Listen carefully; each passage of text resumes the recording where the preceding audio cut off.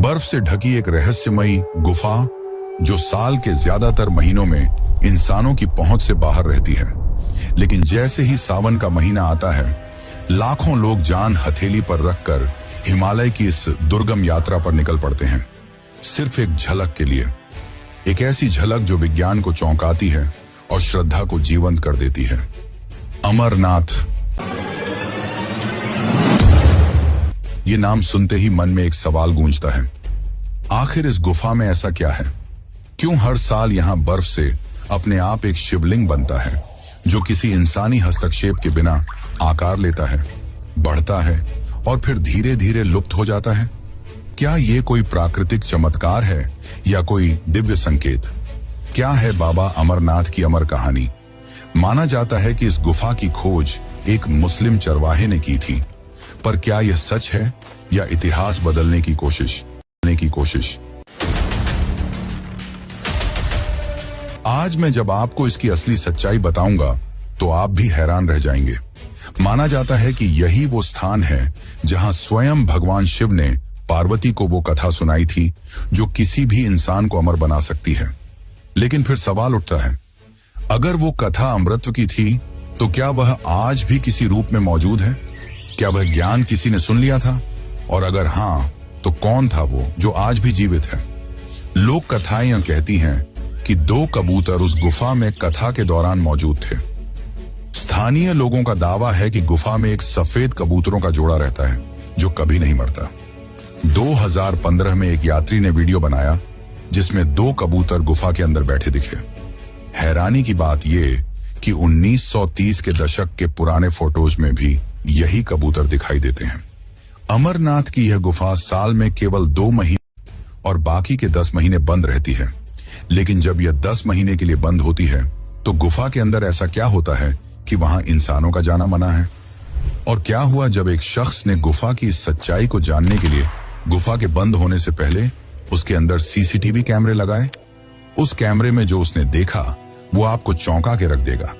लेकिन सवाल ये है, क्या यह सब सच है? क्या वाकई इस गुफा में कोई दैवीय शक्ति छुपी हुई है? क्यों विज्ञान को नहीं सुलझा पाया? और क्या यह गुफा कैलाश पर्वत या फिर पाताल लोक से जुड़ी हुई है? और क्या है शेषनाग झील का रहस्य? क्या इसमें आज भी शेषनाग निवास करते हैं? क्योंकि बीते कुछ सालों में लोगों ने दावा किया है कि उन्हें शेषनाग के दर्शन हुए हैं। और आखिर क्या है शिव खोड़ी गुफा का रहस्य जिसमें जाने वाला आज तक वापस लौट कर नहीं आया? मित्रों, अभी पूरे भारत में सिर्फ एक ही गूंज सुनाई दे रही है, वह है हर हर। इसका पहला कारण सावन का महीना है ही, लेकिन मुख्य कारण है शिव के प्राचीन धामों की यात्रा का प्रारंभ होना। यही वह समय है जब लोग भोले बाबा की कृपा प्राप्त करने के लिए केदारनाथ और अमरनाथ की यात्रा पर निकलते हैं।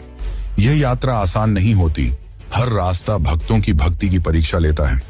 लेकिन जब अंत में भक्त मंदिर परिसर में पहुंचते हैं तो उन्हें एक अलौकिक शक्ति का अनुभव होता है और मन शांत लगता है। तो आज की इस डॉक्यूमेंट्री में हम आपको अमरनाथ की अनसुनी और रहस्यमयी बातें बताएंगे जो आपको चौंका कर रख देंगी। अमरनाथ सिर्फ एक गुफा नहीं, बल्कि हजारों वर्षों की आस्था, श्रद्धा और रहस्य से जुड़ी एक अद्भुत कथा है। जम्मू कश्मीर की राजधानी श्रीनगर से लगभग 135 किलोमीटर उत्तर पूर्व में स्थित यह पवित्र गुफा समुद्र तल से करीब 13,600 फीट की ऊंचाई पर स्थित है। यहां पहुंचना कोई आसान काम नहीं है। ऊबड़ खाबड़ रास्ते, ठंडी हवाएं, पत्थरों से ढके पहाड़ और हमेशा बना आतंकियों का डर। लेकिन जो लोग यहां पहुंचते हैं उन्हें लगता है जैसे उन्होंने जीवन का सबसे बड़ा सत्य छू लिया हो। अमरनाथ गुफा बाहर से जितनी साधारण दिखती है, भीतर से उतनी ही दिव्य है। करीब 19 मीटर अंदर तक जाती इस गुफा की चौड़ाई लगभग 16 मीटर और ऊंचाई 11 मीटर है। लेकिन इसका सबसे बड़ा चमत्कार, या यूं कहें कि सबसे बड़ा रहस्य है, यहाँ हर साल अपने आप बनने वाला बर्फ का शिवलिंग। ये कोई मूर्ति नहीं, न ही किसी इंसान द्वारा बनाई गई कोई आकृति। यह है स्वयंभू हिमानी शिवलिंग जो पूरी तरह प्राकृतिक है। के महीने में बनना शुरू होता है, यानी कि आषाढ़ पूर्णिमा से लेकर रक्षाबंधन तक की अवधि। जैसे जैसे चंद्रमा बढ़ता है वैसे वैसे यह शिवलिंग भी आकार लेता है। श्रावण पूर्णिमा को इसका आकार अपने चरम पर होता है, करीब 10 फुट ऊंचा। और फिर जैसे जैसे चंद्रमा घटता है, शिवलिंग भी धीरे धीरे विलीन होने लगता है। चमत्कार की बात तो यह है कि यह बर्फ ठोस होती है, इतनी ठोस कि वर्षों तक जमा रहे, जबकि गुफा की बाकी बर्फ नरम होती है, जो हाथों पर रखते ही घुल जाती है। गुफा के भीतर से पानी की बूंदें टपकती हैं। इन्हीं बूंदों से धीरे धीरे शिवलिंग आकार लेता है और इसी स्थान को अमृत की गुफा कहा जाता है, क्योंकि पुराणों के अनुसार यहीं भगवान शिव ने माता पार्वती को अमर कथा सुनाई थी। वह कथा जिसे कोई और न सुने, इसलिए शिव ने पहले नंदी को, फिर चंद्रमा, सर्प, गण और पंच तत्वों को भी त्याग दिया। यहां तक को भी बाहर छोड़ दिया ताकि केवल पार्वती यह कथा सुन सके। और यही कारण है कि इस गुफा को तीर्थों का तीर्थ कहा जाता है। यह केवल एक धार्मिक स्थल नहीं, यह एक अनुभव है जो आपको जीवन, मृत्यु और पुनर्जन्म की गहराई से परिचित कराता है। यहां आने वाले श्रद्धालु कोई साधारण यात्रा नहीं करते। कोई पैदल चलता है, कोई डंडी में सवार होकर आता है, तो कोई बर्फ में नंगे पांव, सिर्फ इसलिए कि एक झलक मिल जाए उस शिवलिंग की, जिसे देखना मानो साक्षात शिव के दर्शन करना है।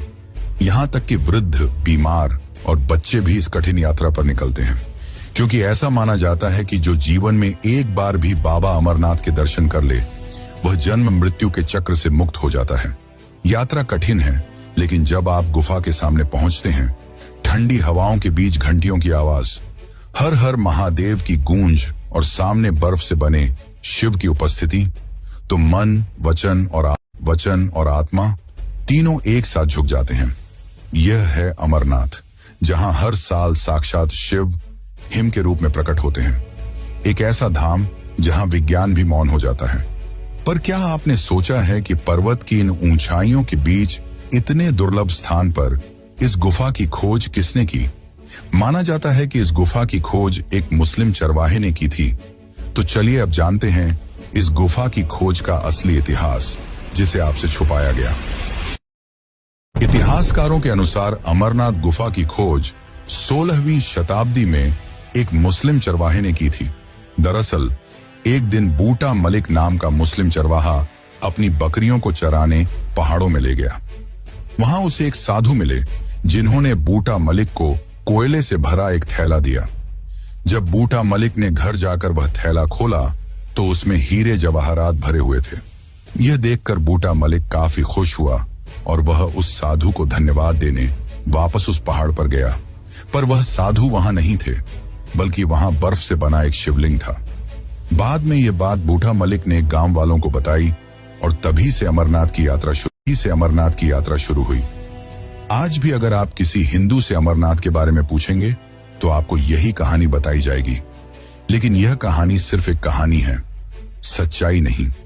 12वीं सदी के कल्हण नामक एक इतिहासकार द्वारा लिखी गई पुस्तक राजतरंगिणी में लिखा गया है कि कश्मीर के राजा संधिमती अमरनाथ की गुफा में जाकर यहाँ के बर्फीले शिवलिंग की पूजा करते थे। यहाँ तक कि भारतीय पुरातत्व विभाग भी इस गुफा को 5000 साल से भी ज्यादा पुरानी मानता है। यानी कि यह गुफा महाभारत काल से भी पहले अस्तित्व में थी। एक और ग्रंथ के अनुसार राजा सामदामत शैव कश्मीर के राजा थे और वे पहलगाम के पास बर्फ के शिवलिंग की पूजा करने जाया करते थे। और बर्फ का शिवलिंग तो केवल एक ही है, और वह है अमरनाथ। नीलमत पुराण में भी अमरनाथ की गुफाओं का वर्णन मिलता है। ये सारी सच्चाइयां उस समय की हैं जब इस्लामी पैगंबर मोहम्मद का जन्म भी नहीं हुआ था। यानी कि हमें भ्रमित करने के लिए बूटा मलिक की कहानी गढ़ी गई। अब इसके पीछे लोगों और इतिहासकारों की क्या मंशा रही होगी, यह तो मैं नहीं जानता। पर सच तो यही है कि यह गुफा हजारों साल पुरानी है और आज भी भोलेनाथ यहाँ वास करते हैं। और साथ ही यहाँ वास करते हैं वे 2 कबूतर जिन्होंने भोलेनाथ से अमृतत्व की कथा सुन ली थी। तो चलिए